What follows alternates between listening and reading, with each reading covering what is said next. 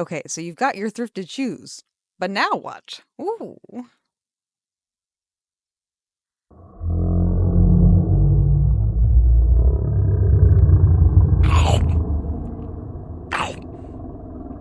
Hello, friends, and welcome back to Shoe Eating Monster. I'm Juliana, your thrifty running friend and local shoe eating monster.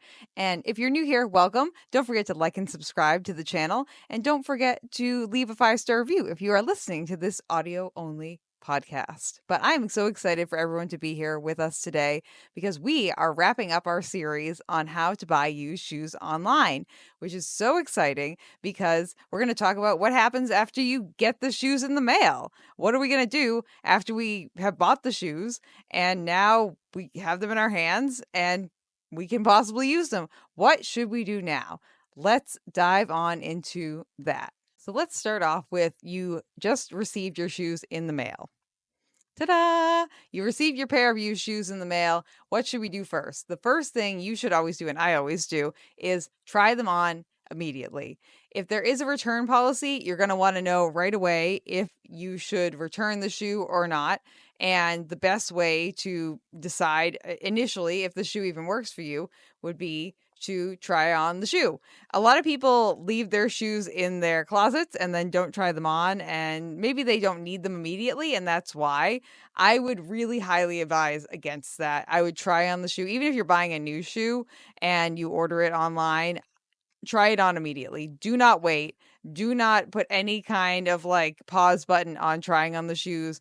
As soon as I get shoes into my apartment, I put them right next to my other shoes, next to the shelf that I have, and I put them on the ground. And the next time I go into my bathroom, which is where my shoe rack is, I immediately put them on, which is within the next like 1 or 2 hours. If not, I put them on just immediately when I take them out of whatever packaging they're in, just because I'm curious and I want to know. But it is super, super important that you try on these shoes immediately. So that way you can get an initial read on if the shoes are even going to be an option or a good option for you. And then that way, if there is a return policy with the vendor that you bought it from, you can return it immediately, hopefully. So, one of the most fun things for me with buying used shoes is that it's a continuous learning process. And you get to use this opportunity of buying a brand new shoe to learn not only about the shoe itself, but about yourself and your feet and your foot strike and things like that. So, you can gather all this fun data about your body and how you run and what you like in a shoe. Because the best way to figure out what you like in shoes is to try them on and run in them. And this can be kind of unrealistic especially if you don't live near like a store that has shoes in it, like a Dick's Sporting Goods or like a locally owned running store. But it makes it a lot easier to do it if you can do it at a more affordable price. And I do understand that this is still a price and people are still paying money, but the goal here is to pay a lot less than what you would pay at retail price. So that way, if you do end up not liking the shoe or the shoe doesn't work out for you, it's really not that much of a loss. And as many of you know, anytime you buy something, generally speaking, it's a little bit of a gamble. All of us have bought things on Amazon. All of us have bought things on online retailers. All of us have bought things in stores where we're like not sure if it's going to work out or not. And that's okay. That's a normal part of life. And figuring out if this shoe that you bought works for you or not is going to be super important. And it's part of the fun. It's part of the fun to be able to figure out, hey, is this a good purchase for me or not? And even if it ends up not being a shoe that you like to run in, can we walk in it? And then beyond that, what did I not like and what did I like about this shoe? Just kind of bring data. So let's talk about a few things related to all those things that I just kind of summarized in one big old verbal paragraph right now. After we've gotten the shoes on, the next thing you're going to want to do is walk around inside in them. So take a few steps around. If you have a treadmill, walk it out on the treadmill or the walking pad. See if this shoe is actually going to work for you while you are moving. And do this inside so that way, again, if we do have to return the shoes, it's just a quick little like wipey wipe on the bottom potentially. And you haven't done any damage to the shoe and you haven't gotten it dirty. So let's try and keep it clean until we decide, hey, are we keeping the shoe or are we not? If you have a shoe that you can't can't return, I mean, a little bit more of a moot point, but I would still recommend trying it out indoors by walking around or walking on a treadmill or walking pad to figure out if the shoe is going to work for you at a baseline. Definitely walk around and check and see if it feels good on your forefeet, on your heel.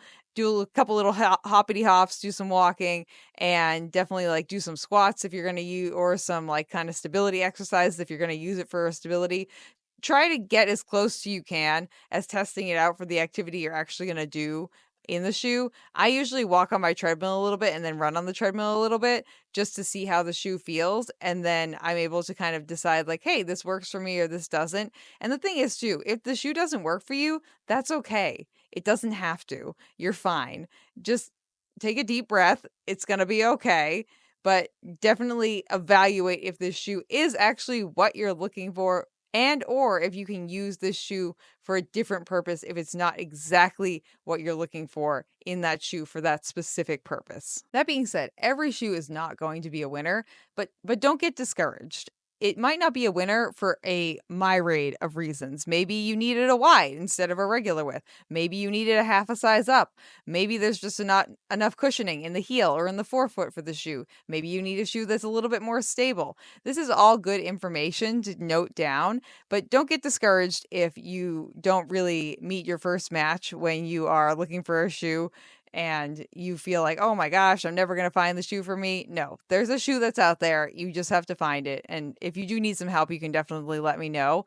But the more shoes that you try out, the more information, again, you're going to gather about yourself and about the different shoes that are out there. And that's going to give you a better chance at picking the correct shoe the next time around. I like to look at buying used shoes kind of like dating, where you kind of got to try a bunch of things out first, and then you realize what you like in that relationship. And then finally, hopefully, maybe, potentially, you are able to find something that is your just Prince Charming of shoes, until they change the model. And then then you're back on the market again. You've been divorced, and here we are, ready to take on the dating world of shoes once again. So I mentioned gathering data about the shoes that you are running in and that you are bought used and not used online and also in person.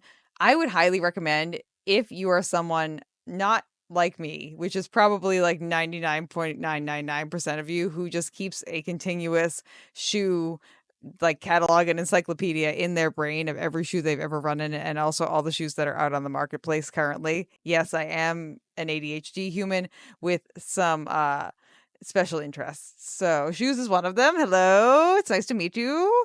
But keep a log of the shoes that you are running in. So that can be as simple as an Excel spreadsheet or a Google Sheets, where you just write down the shoe, the make, the model, kind of like a car. And then you can also put down some other specifics if you'd like maybe the drop, or does this shoe have lugs on the bottom or not? What's the purpose of this shoe? Is this like a tempo day shoe? Is this a road shoe? Is this a trail shoe? And then write down the things that you liked about it and that worked for you. And then write down the things that you didn't like about it and that didn't work for you. And that should hopefully provide you in the long term with some kind of data and information. So that way, when you go back and look at your spreadsheet, you can kind of identify like, hey, I really seems to be getting along with the Brooks shoes really well, but I need one that has a little bit of a higher drop.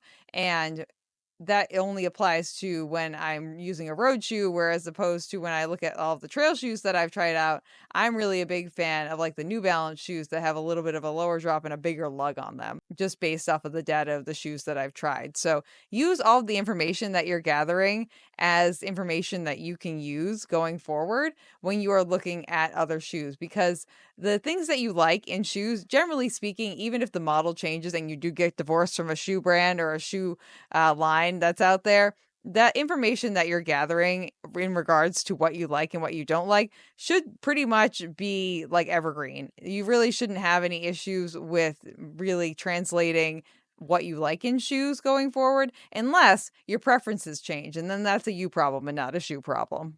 Our big takeaway from this episode is going to be, you're not just buying shoes, you're gathering data about shoes, your feet, and what you like. And that's going to help inform your shoe buying purchases in the future and hopefully make them a little bit more efficient as well.